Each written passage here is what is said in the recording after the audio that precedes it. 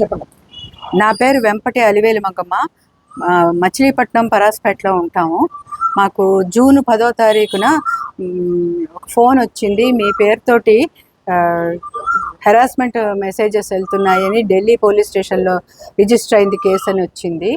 ఆ తర్వాత వాళ్ళే పోలీస్ స్టేషన్కి డైవర్ట్ చేస్తున్నాం కాల్ అని పంపించారు. నన్ను ఇక్కడ లోకల్ పోలీస్ స్టేషన్కి వెళ్ళనివ్వలేదు.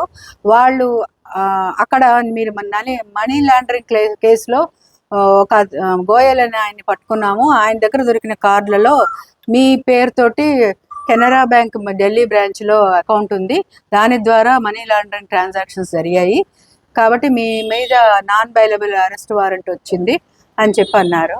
24 అవర్స్లో సుప్రీంకోర్టులోనే మిమ్మల్ని ఇది నేషనల్ సీక్రెట్ కేసు సుప్రీంకోర్టులో జస్టిస్ ముందర ప్రజెంట్ చేస్తున్నాం అన్నారు.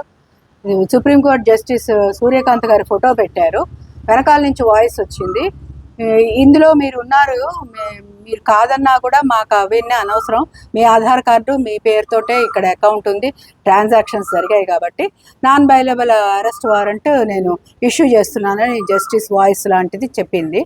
తర్వాత రాహుల్ గుప్తా అని నిషా పటేల్ అని ఇద్దరు ఆఫీసర్లు అని చెప్పారు. వాళ్ళు అన్నారు మీ ఆస్తులు అకౌంట్లు డిక్లేర్ చేయండి అన్నారు. డిక్లేర్ చేసిన తర్వాత అకౌంట్లలో ఉన్న అమౌంట్ అంతా కోర్టుకి ప్లెడ్జ్ చేయండి, 3 రోజుల్లో ఫారెన్సిక్ డిపార్ట్మెంట్కి వెళ్ళి మళ్ళీ మీకు ఇచ్చేస్తాము, మీకే వచ్చేస్తాయి డబ్బంతా, ఊరికే మేము సస్పెన్షన్ మీ మీద సస్పెక్ట్ ఉన్నది కాబట్టి అది పోవడానికి ఇదంతా చేస్తున్నాం అంతేను అని అన్నారు. తర్వాత జూన్ 15వ తారీఖు మొదటి బ్యాంక్ ఐఓబిలో మా మచిలీపట్నం బ్రాంచ్లో నుంచి మా ఎఫ్డీలన్నీ క్యాన్సిల్ చేయించి అకౌంట్లోకి మార్పించి ఎంత ఉందో చెప్పమన్నారు. చెప్తే వాళ్ళు ఒక నోటరీ సర్టిఫికేట్ పంపించారు 1,05,00,000కి ఆర్టీజీఎస్ చేయమని. అక్కడి నుంచి వాళ్ళు చెప్పిన అకౌంట్కి ఆర్టీజీఎస్ చేసాం. తర్వాత 3 రోజుల తర్వాత బ్యాంక్ ఆఫ్ బరోడాలో 20 లక్షలు చేయమన్నారు. అదేవిధంగా పంపించారు నోటరీ. తర్వాత అక్కడి నుంచి అది పంపించిన తర్వాత కొన్ని రోజులు గ్యాప్ ఇచ్చి 29వ తారీఖు జూన్ ఎల్ఐసి కోఆపరేటివ్ బ్యాంక్లో ఉండే 18.5 లక్షల అమౌంట్ని మళ్ళీ ఇలాగే ఆర్టీజీఎస్ చేయించారు. తర్వాత జూలై నెలంతా మాట్లాడలేదు. మళ్ళీ జూలై 29కి వచ్చేటప్పటికి మళ్ళీ జస్టిస్ ముందు ప్రజెంట్ చేస్తున్నాం, మీరు డిక్లేర్ చేసిన అమౌంట్ అంతా ప్లెడ్జ్ చేయలేదు కాబట్టి 3 రోజులు చేయకపోతే మొత్తం ఆస్తులన్నీ సీజ్ చేస్తామని జడ్జి చెప్పినట్టుగా ఒక వాయిస్ చెప్పింది. తర్వాత వాళ్ళే మళ్ళీ ఆ నిషా పటేల్ అనే లేడీ ఆఫీసరే ఫోన్ చేసి 95 లక్షలు కనుక మీరు ప్లెడ్జ్ చేయగలిగితే మీరు 3 రోజుల్లో మొత్తం అంత అమౌంట్ మీకు ఇచ్చేస్తాము అంది. 90 లక్షలు నా దగ్గర లేవు అన్నాను. అంటే ఆస్తులు కుదవబెట్టమంది. మాది వంశపారంపర్య ఆస్తులమ్మ, మా సొంతం ఏవి లేవు, మా అబ్బాయి సంతకాలు లేదే నేనేం చేయలేను అన్నా.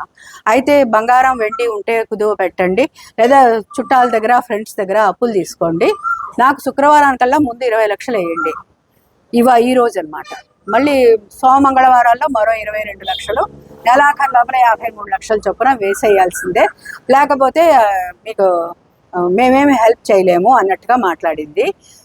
అప్పుడు నాకు గట్టిగా అనుమానం వచ్చింది ఏంటంటే, అకౌంట్లలోవి కదా మనీ లాండరింగ్ అంటున్నారు, అప్పు తీసుకొచ్చిన డబ్బు అది అకౌంట్ కిందకి ఎలా వస్తుంది అని అనుమానం వచ్చి ప్రస్తుతం అమెరికాలో ఉన్న మా అబ్బాయికి ఫోన్ చేశాను.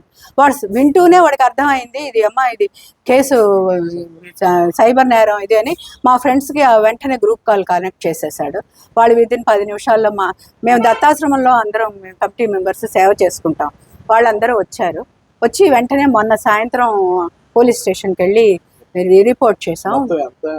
మొత్తం 1,43,50,000 అండి. మొత్తం అంతా అప్పటి నుంచి పోలీసులు మాకు బాగా సహకారం ఇస్తున్నారు.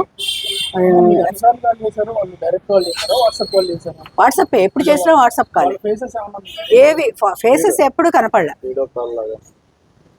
అవడం వీడియో కాలే. ఎప్పుడో సర్వీలియన్స్లో పెట్టారండి. మా హస్బెండ్ ఫోన్కి ఈమో అనేది డౌన్లోడ్ చేసుకోమన్నారు యాప్. అది ఎలా డౌన్లోడ్ చేసుకోవాలో కూడా వాళ్ళే చెప్పారు. దాంట్లో కంటిన్యూస్గా అక్కడ ఈడీ సర్వేలియన్స్ రూమ్ అని పడేది, రాహుల్ గుప్తా అని పడేది. ఆ పేరు మాత్రమే అది బ్లాంక్గా ఉండేది, మేము మాత్రమే కనిపిస్తూ ఉండేవాళ్ళం కార్నర్లో. ఆయన పంచాయతీరాజ్లో సూపరింటెండెంట్ ఇంజనీర్ చేసి రిటైర్ అయ్యారు, వెంపటి గోపాలకృష్ణ. నేనేం హౌస్ వైఫ్నేనండి, ఎంకామ్ అండి. అయితే ఆయన ఆల్మోస్ట్ అప్పటి నుంచి ఆయనకి హెల్త్ బాగాలేదండి.